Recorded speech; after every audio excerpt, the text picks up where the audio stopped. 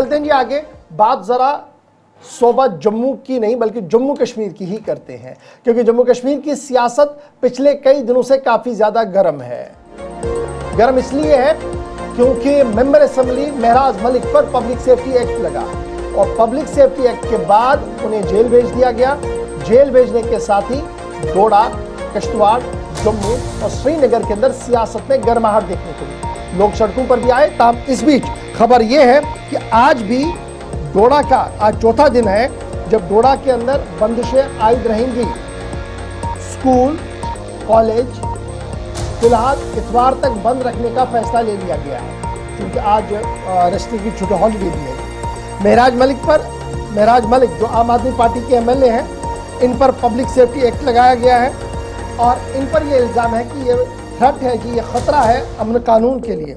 अगरचे इस लफ्ज़ पर रियासत के वज़ीर आला का बयान भी आया है, दीगर पार्टियों ने इस पर मजम्मत भी की है, ताहम सिक्योरिटी ज़राया और सिक्योरिटी एजेंसीज ने इसे ख़तरा बताया है। सिक्योरिटी डिप्लॉयमेंट डोडा के अंदर कर दी गई है पहले ही, और आज जुम्मतुल मुबारक है तो रात देर गए मीटिंग भी हुई, पीस कमेटी की मीटिंग्स हुई मुख्तलिफ जगहों पर, और वहाँ पर पुलिस और मकामी आइमा और लोगों के साथ बातचीत हुई ताकि आज बड़े दिन के मौके पर नमाज भी हो सके आराम से, इज्तिमात आसानी के साथ आगे बढ़े और कोई अमन कानून में खलल भी ना पड़े। ये तस्वीरें कल की है।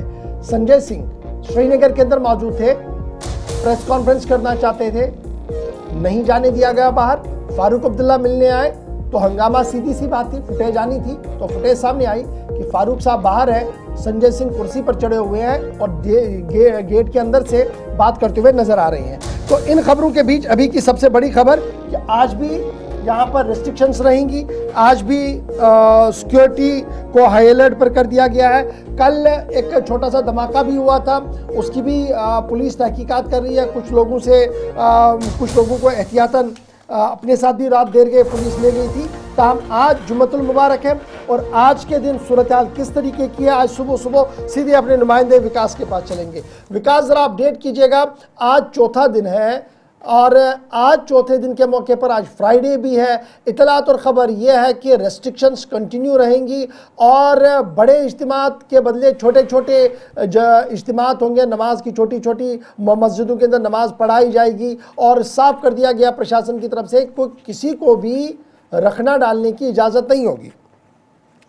जी गौर, बिल्कुल आज चौथा दिन है और आज भी पुलिस अपनी गाड़ियों में से अनाउंस कर रही है कि सेक्शन 144 लगा हुआ है और इसकी कोई भी उल्लंघना नहीं करेगा। सब दुकानें बंद रहेंगी और साथ में जितने भी स्कूल्स हैं वो भी बंद रहेंगे और इसके बाद कोई भी घर से बाहर नहीं निकलेगा। किसी को इमरजेंसी कोई काम है वो जो है इस तरह की मूवमेंट एक जगह से दूसरी जगह कर सकता है।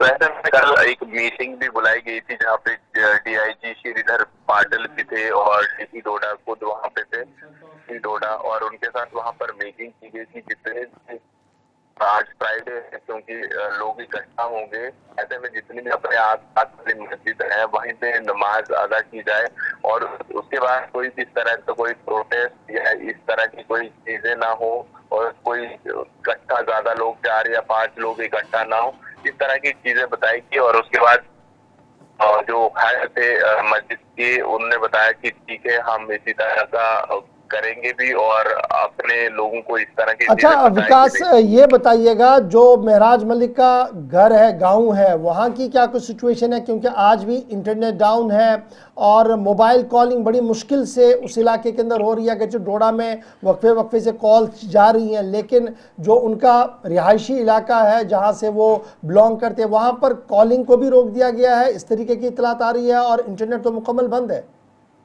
देखिए, इंटरनेट सेवाएं बिल्कुल बंद करके रखी हुई है बिल्कुल पूरे डोडा डिस्ट्रिक्ट के अंदर, और जो उनका इलाका आता है बिल्कुल ठाठरी से पीछे, वहां पर और ज्यादा सिक्योरिटी बढ़ा दी गई है। और साथ में कॉलिंग वगैरह भी वहां पर पिछले 24 घंटे से बंद थी और अब कहीं किसी को फोन लग भी रहा है बड़ी मुश्किल से लगता है, या तो फिलहाल वो भी बंद है। तो ऐसे में आज फ्राइडे वाला दिन है, तो ऐसे में बहुत ज्यादा सिक्योरिटी बढ़ा के रखी है ताकि किसी तरह का कोई प्रोटेस्ट देखने को ना मिले। क्योंकि इससे पहले जब स्टार्ट हुआ था, जिस दिन महराज मलिक के ऊपर केस से लगा था, उसके बाद कई लोग सामने आए थे जो स्टोन पेल्टिंग हो रही थी या फिर इस तरह की चीजें सामने आई थी। कई लोग डोडा की तरफ रवाना हुए थे और पुलिस ने उन्हें रोका था, फिर उसके बाद उन्हें वापस भेजा गया था। अच्छा जी विकास, अब ये बताइएगा, आप बीमार है, इमरजेंसी है, तो क्या उन्हें चलने की इजाज़त है, नंबर 1। और नंबर 2, इसके साथ ही बताइएगा कि कल लो इंटेंसी धमाका भी हुआ था, पुलिस ने उसमें तहकीकात शुरू की है, कहाँ तक वो तहकीकात पहुंची है, क्या था वो धमाका? देखिए, फिलहाल जो धमाका हुआ था बिल्कुल पुलिस लाइन गली के साथ में, जो गली है वहां पर, और ये नेहरू चौक के साथ में मस्जिद की बिल्कुल बैक साइड वहां पर एक घर आता है मुजफ्फर का, और वहीं पर उनके घर के बाहर बालकनी में ये धमाका जोरदार होता है। और उसके बाद तमाम एजेंसियां वहां पर पहुंचती हैं और उसके बाद उसकी छानबीन करती है। उसके बाद शाम को जब प्रेस कॉन्फ्रेंस डीआईजी देते हैं, तो उसके बाद वो कह रहे हैं कि अभी इसके ऊपर इन्वेस्टिगेशन जारी है। लेकिन जो आज पर हमें सोर्स पता है कि वहां पर ग्रेनेड धमाका हुआ था और इस तरह की चीजें, क्योंकि वहां पर काफी बड़ा खड्डा भी बन चुका था। आसपास जो वहां से मिट्टी या जो चीजें वहां से निकली थी लोगों के घरों तक पहुंची थी। अभी फिलहाल उसके ऊपर इन्वेस्टिगेशन चल रही है और लगातार इस तरह का माहौल जो बना हुआ है डोडा के अंदर, पुलिस उसे कंट्रोल करने का प्रयास कर रही चलिए, है। बहुत शुक्रिया विकास हमारे साथ ज्वाइन करने के लिए। फिलहाल आज जुम्मतुल मुबारक है और इस जुम्मे के पेश नज़र आज भी एहतियातन सिक्योरिटी डिप्लॉयमेंट रहेगी। शाम तक क्या कुछ सूरत हाल होगी हम आपको ज़रूर बताएंगे। लेकिन रात देर गए जब जम्मू कश्मीर पुलिस के टॉप ऑफिशियल्स ने मीटिंग की, उसके बाद मीडिया को उन्होंने ब्रीफ किया। डीआईजी रेंज के जो है वो क्या कुछ बता रहे हैं, ज़रा फटाफट से उसको भी सुन लीजिएगा, ताकि हमारे लोग जो डोडा भद्रवाह किश्तवाड़ के अंदर है वो अपडेट रहे हर खबर से। आप सभी का इस आज की प्रेस वार्ता में स्वागत है।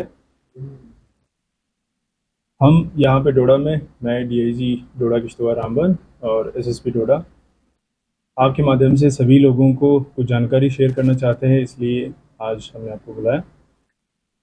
आज एक अमन के रास्ते को आगे बढ़ाने के लिए डोडा के जो रिस्पेक्टेबल सिटीजन्स हैं उनके साथ आज हमारी यहाँ पे मीटिंग हुई। तकरीबन 40 से ज़्यादा जो respectable citizens of Doda city and periphery, उन लोगों ने यहाँ पे पार्टिसिपेट किया। हम उनका शुक्रिया अदा करते हैं कि वो आए यहाँ पे, अपने बहुत ही अच्छे सजेशंस, ख्यालात उन्होंने हमारे साथ शेयर किए। पब्लिक इस इंसिडेंट की वजह से जो डिफ़िकल्टीज़ फेस कर रही है, तो डिफ़िकल्टीज़ भी उन्होंने हमारे साथ साझा की और उन डिफ़िकल्टीज़ को जल्द से जल्द कैसे दूर किया जाए उसके लिए उनकी तरफ से जो सुझाव उन्होंने दिए वो वाकई काबिल तारीफ़ थे।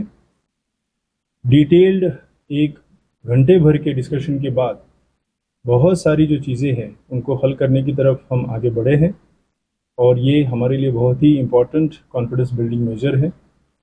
एसेंशियल सप्लाईज़ का जो प्रोविजनिंग है उसके बारे में बात हुई, कितना जल्द से जल्द हम जो रिसेंट फ्लड्स की वजह से अफेक्टेड फैमिलीज़ थी उनका असेसमेंट करना, उनके तक रिलीफ पहुंचाना, एडमिनिस्ट्रेटिव इश्यूज़ जैसे कि बिजली या जहां पे लैंडस्लाइड्स हुए हैं उनकी जो सड़क को जल्द से जल्द बहाल करना, उस तरह के इश्यूज़, या और भी जो इश्यूज़ जो नॉर्मलसी को पर्टेन करते हैं कि जल्द से जल्द हम।